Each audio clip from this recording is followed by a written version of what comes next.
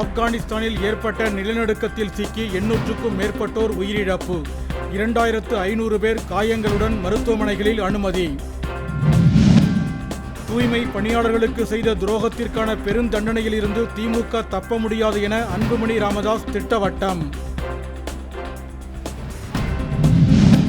கட்டாய கல்வி உரிமை சட்டத்தின் கீழ் நிதி வழங்கக் கோரிய வழக்கில் 4 வாரங்களில் பதிலளிக்க நடுவண் அரசுக்கு உச்சநீதிமன்றம் ஆணை.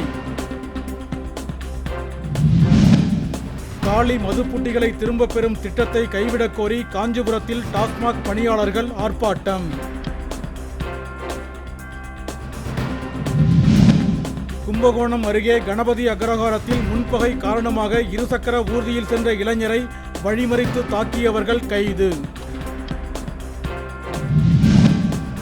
அரியலூரில் நடைபெற்ற மாவட்ட அளவிலான சதுரங்க போட்டியில் 500க்கும் மேற்பட்ட மாணவ மாணவிகள் பங்கேற்பு.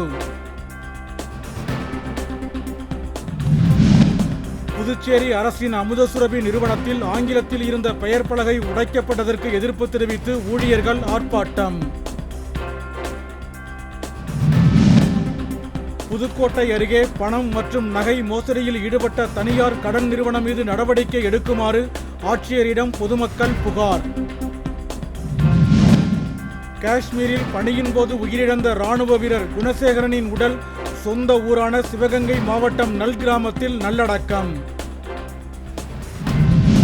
மகளிர் உலகக்கோப்பை மட்டைப்பந்து தொடருக்கு 122 கோடி ரூபாய் பரிசுத் தொகை அறிவிப்பு. கடந்த ஆண்டை விட 297 விழுக்காடு அதிகரிப்பு.